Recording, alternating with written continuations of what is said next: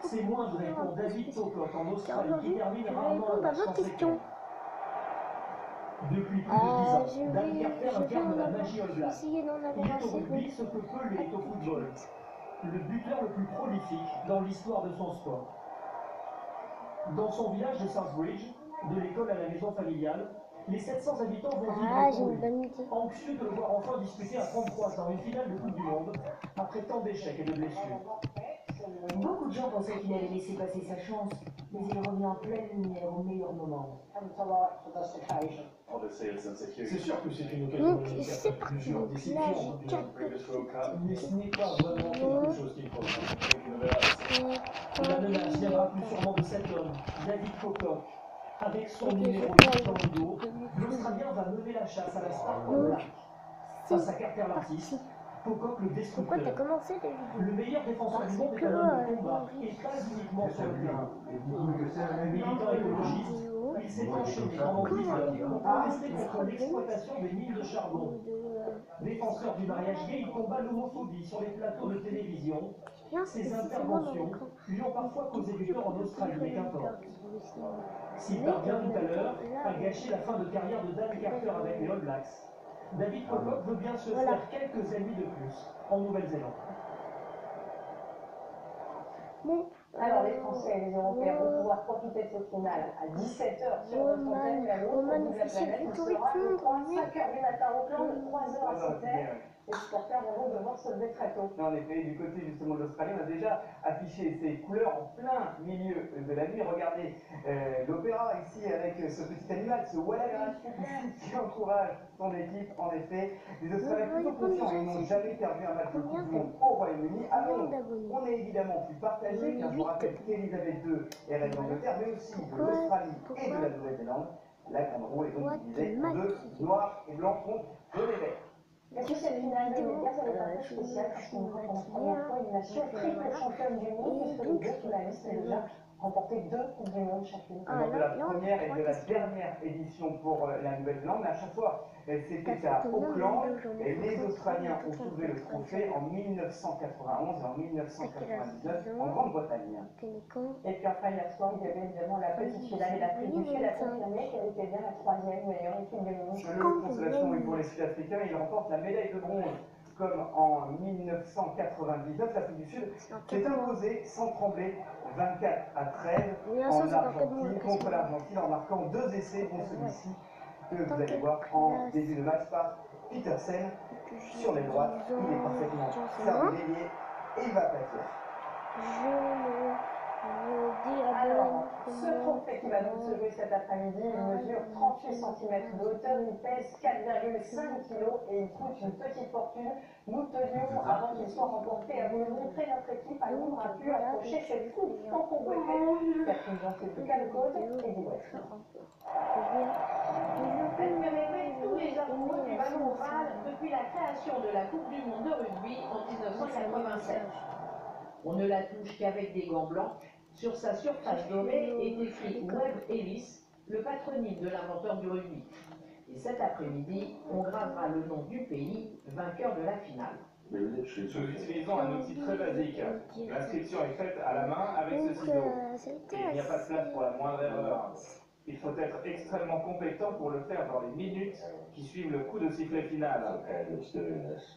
Cette coupe, créée par le joaillier de la royauté britannique en 1906, a été choisie 80 ans plus tard pour devenir le trophée de la Coupe du Monde. Il n'en existe que 2 exemplaires qu'il faut polir pendant une dizaine d'heures pour les faire briller de tout leur feu.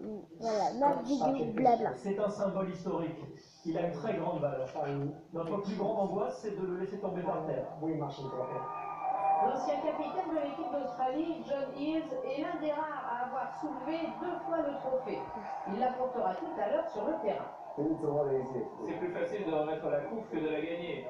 Car pour être champion du monde, il faut surmonter énormément d'obstacles. Et je dois dire que les 80 minutes de jeu de la finale sont les plus éprouvantes. Sur la malle qui transporte le précieux trophée, on peint les drapeaux des finalistes. Le gagnant gardera 2 ans la coupe dans son pays. Donc, hier soir, à la nuit tombée, en toute discrétion, c'est à bord de cette voiture que la Coupe du Monde est arrivée au stade de Twickenham.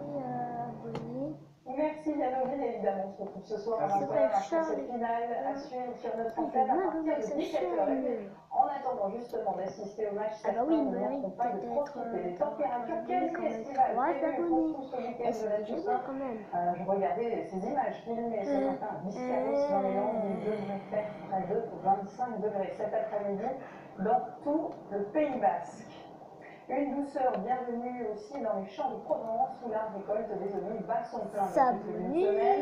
C'est le moment de l'année où on produit ce qu'on appelle l'huile nouvelle, une huile haut de gamme, un choix de qualité par les professionnels qui explique aussi pourquoi notre pays fabrique un tout petit pourcent de l'huile d'olive en Europe. Reportage Linda Huré et Philippe Fontalba. On la surnomme l'or vert de Provence. Voici l'huile d'olive nouvelle, cuvée 2015. Dans les vergers, l'atelier est lancé depuis déjà plus d'une semaine. Ici, aux portes du parc du Verdon, plusieurs centaines de kilos sont ramassés chaque jour. Des variétés différentes et bien ancrées dans ce terroir.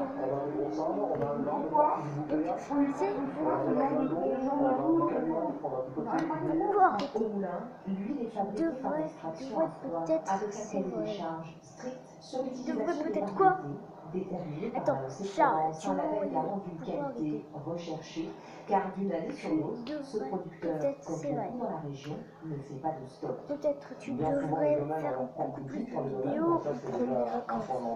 C'est rien, peut-être, c'est vrai. Ensuite, on essaye de faire Mais une économie locale, c'est-à-dire qu'on essaie de travailler avec reviens, les restaurateurs autour des domaines, les épiceries mais aussi autour des des domaines. effets De spéciaux. petits producteurs qui commercialisent des volumes peu importants face à nos voisins européens. Avec 60% de la production, c'est l'huile d'olive espagnole qui arrive en tête. Puis vient celle d'Italie et de Grèce. La France, elle, ne représente Une même vidéo pas dans 1%. 3 jours. Les producteurs français sont bien incapables de satisfaire la consommation française puisqu'ils assurent Je suis tout en juste train 3 à de, 4% en de la ligne, consommation de nationale. mettre en Mais ligne vraiment sur un produit haut de une gamme, vidéo avec mon d'olive, pote, man. nutritionnel, Ah oui, communautaire, mon avec pote une approche Ismaël. vraiment gastronomique. J'ai oublié ce qu'il a l'air aussi là, celui-là. Je vais vous l'entourer. Belle qualité. L'huile d'olive française est un produit noble et son prix ne décourage pas les acheteurs. Ah, En Provence et en celui-là. 8 AOC Et j'aime différents bien, ça se malgré. revendiquant C'est chaque celui-là nuit ou un celui-là? produit issu d'un terroir et décidément de chaque producteur dans l'assemblage des variétés. À 73 ans, elle a ressorti le costume de Marie-Rose avec une énergie étonnante. Chantal Goya est de retour sur scène au Théâtre de Paris avec un nouveau conte musical composé par son mari et copine de toujours Jean-Jacques Debout.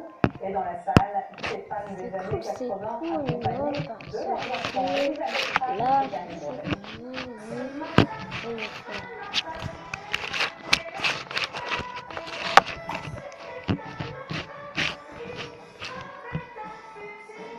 Remplacer le lapin à la sauce Marie-Rose. Oh là là, les gens.